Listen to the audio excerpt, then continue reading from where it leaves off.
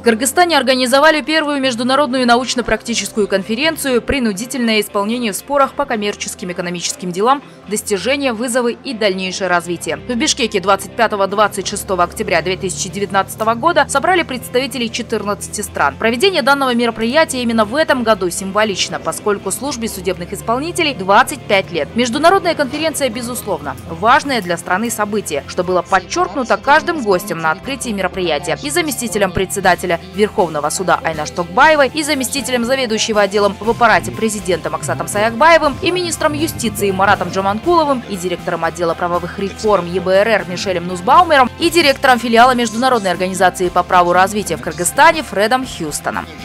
Всем через верховенство закона.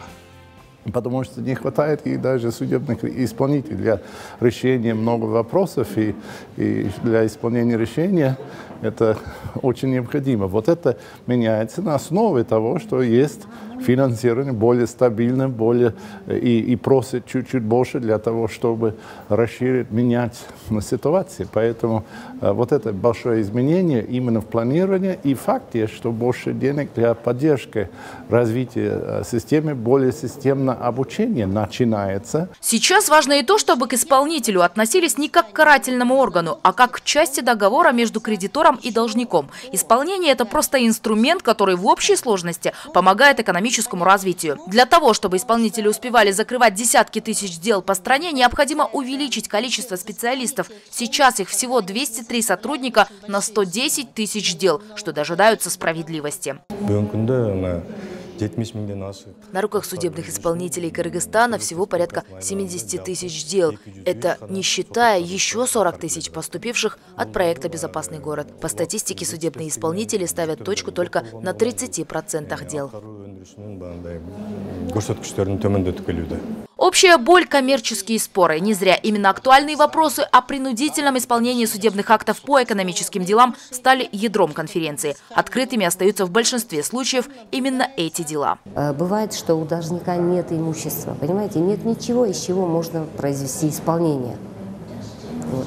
А бывает так, что стороны недобросовестные, они под всяким предлогом начинают обжаловать действия, да, или акты судебных исполнителей, тем самым затягивая годами затягивая исполнение судебных актов. И потом, конечно, возможно, тут и вот невысокая квалификация самих работников, да, службы судебных исполнителей. Может быть и это. Но вы знаете, как я уже сказала, уделяется большое внимание данной службе. Также и судебная власть также уделяет большое внимание. Проводится у нас Высшей школой правосудия при Верховном суде, у нас систематически проводятся семинары, тренинги вот по этим вопросам. Сам судебный департамент также проводит обучение своих сотрудников. Судебная система, бесспорно, одна из столпов благоприятного инвестиционного климата. Потому важна оптимизация деятельности судебных исполнителей в производствах по коммерческим спорам, автоматизации и цифровизации исполнительного производства, проблемы и их возможные решения в исполнении судебных актов иностранных государств. Нью-Йоркская конвенция, она касается, что решение Третейского суда исполняется в 159 государствах. А если местный Третейский суд решил, то она исполняется, само собой, у нас в Кыргызстане. А так вот речь идет об исполнении решений Третейских судов в других странах, допустим, в Париже, Англии, Стокгольме, в Казахстане, в Узбекистане есть Третейские суды. Если они вынесли решение, суда его привозят, а если на английском языке или на любом другом языке, его апостилируют, то есть переводят, заверяют, и оно будет исполняться точно так же, как и на решение нашего суда. Это возможность дает для иностранных инвесторов свободно инвестировать в нашу страну, потому что они будут знать, что решение иностранного суда и иностранного международного суда будет исполнено в нашей республике. Здесь были эксперты, юристы, судебные исполнители из Казахстана, Таджикистана, Узбекистана, России, Молдовы, Эстонской республики, Украины, Монголии, представители Международного союза судебных исполнителей, Европейского банка реконструкции и развития, Европейской комиссии по эффективности правосудия, Международной ассоциации по судебному администрированию, Международного института по унификации частного права, Международной организации по праву развития. Я в Кыргызстане впервые, но ощущение, будто приехал к родственникам. В части опыта по судебным исполнителям, то нашим специалистам было сложно находить должников, поскольку не было запрета на их выезд из страны. Но, находясь здесь, я узнал новость о том, что в Монголии направили законопроект на обсуждение в парламент. Если его одобрят, то у нас появится рычаг. Участие отделов в процессе совершенствования системы принудительного судебного исполнения играет на улучшение качества исполнения судебных решений и защите прав как должников, так и кредиторов. Плюс потому, что сами активы уже международные. Для того, чтобы минимизировать коррупционные риски, необходимо четко определить законодательные рамки, очертить бюджет. Во всем нужна конкретика. Также важно помнить об этическом кодексе, при необходимости обучать специалистов. У нас государственный исполнитель прямо на рабочем столе имеет возможность блокировать банковские карты, снимать денежные средства и так далее. Профессиональная привлекательность тоже самой профессии судебного исполнителя. Ну, а также и система судебного исполнения, которая, конечно, неотъемная часть верховенства права в любой стране. И я думаю, что с учетом того, что такие тонкие экономические моменты, как банкротство, долги, которые очень сильно влияют на социальную жизнь населения, да, особенно на бедные слои населения, я думаю, что обмен опытом из разных стран, он позволит участникам процесса как бы посмотреть на себя со стороны. Конечно, каждодневная рутина, она берет свое, и всегда всем не хватает времени, не хватает времени на то, чтобы остановиться и провести какой-то анализ деятельности. И такие мероприятия, как наши, я думаю, что они не только помогают вывести какие-то общие факторы, да, которые необходимы на международной арене, да, которые будут обсуждаться на высшем уровне между государствами по применению, исполнению контрактов международных или в другой юрисдикции, но также в каждодневной жизни и рабочей жизни обыкновенного исполнителя из Сокульской области, например. Я надеюсь, что ему тоже было или ей было очень интересно послушать, как исполняются судебные решения в других странах, какие-то навыки новые получить и как бы почувствовать, что профессия исполнителя – это важная и уважаемая профессия. Вот я надеюсь, что вот эти выводы самые были основные. Сегодня для судебных исполнителей уже сформирован базовый функционал делопроизводства и документооборота. Пока к системе подключена только государственная регистрационная служба. В ближайшее время оперативная интеграция запланирована с Госналоговой, соцфондом, пограничниками в части передачи и обеспечения контроля к электронной трассе, по которой данные будут распространяться между госорганами, подключат сначала 17 ведомств, потом и до 30 дойдут. Статья 129 исполнительский сбор. Это от взысканной суммы судебному исполнителю положено денежное вознаграждение. До сегодняшнего дня, с 2017 года, ребята не могут получать вот этот исполнительный сбор, судебные исполнители.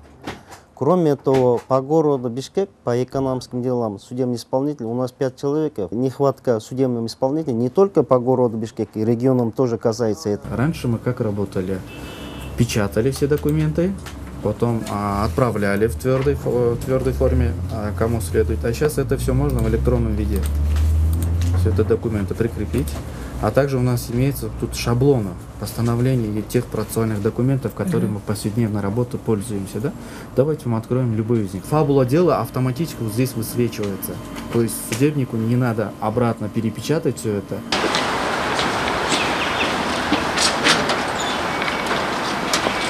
Сейчас мы исполняем решение суда в данном случае, то есть организация задолжала другой организации сумму задолженности приблизительно сейчас 1,5 миллиона сомов.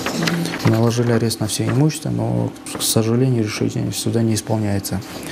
В связи с этим мы сейчас вынуждены ставить запрет на проведение кассовых операций. Имеем право наложить арест движимый на движимый и на недвижимое имущество должника наложить арест. Но в некоторых случаях мы по-любому даже после введения программы должны выехать по месту нахождения должника для того, чтобы совершить определенные действия.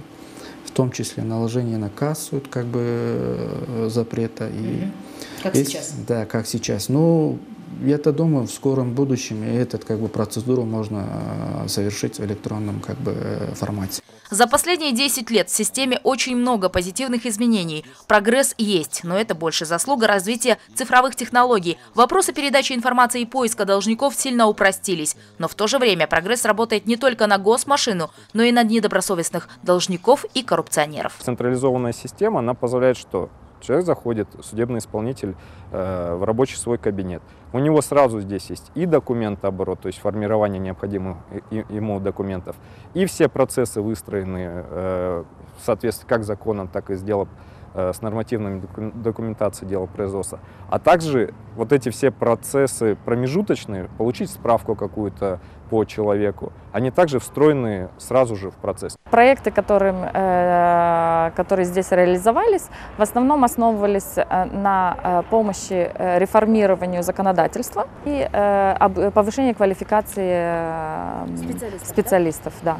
И это была обширная программа, и она продолжается, и мы сможем обучить почти половину всех исполнителей. И таким образом, опять же, улучшим их качество и качество их действий. Международные эксперты много обсуждали частных и государственных исполнителей, бюджет. Для меня был важным пункт по автоматизации и цифровизации, также по электронному правосудию. Здесь флагман Эстония. На их опыте нужно сосредоточиться развивающимся странам. У всех игроков свои роли и интересы, но при этом многие моменты баланса системы, проверки и прозрачности между всеми сторонами, как и органами власти, так и правовыми частниками, юристами, частными приставами, здесь есть чему научиться и что позаимствовать. Конференция прошла в рамках проекта по укреплению потенциала службы судебных исполнителей при финансовой поддержке Европейского банка реконструкции и развития совместно с Международной организацией по праву развития IDLO. Но очень много резко начало изменить, когда финансирование судебной системы улучшилось в 2014 году.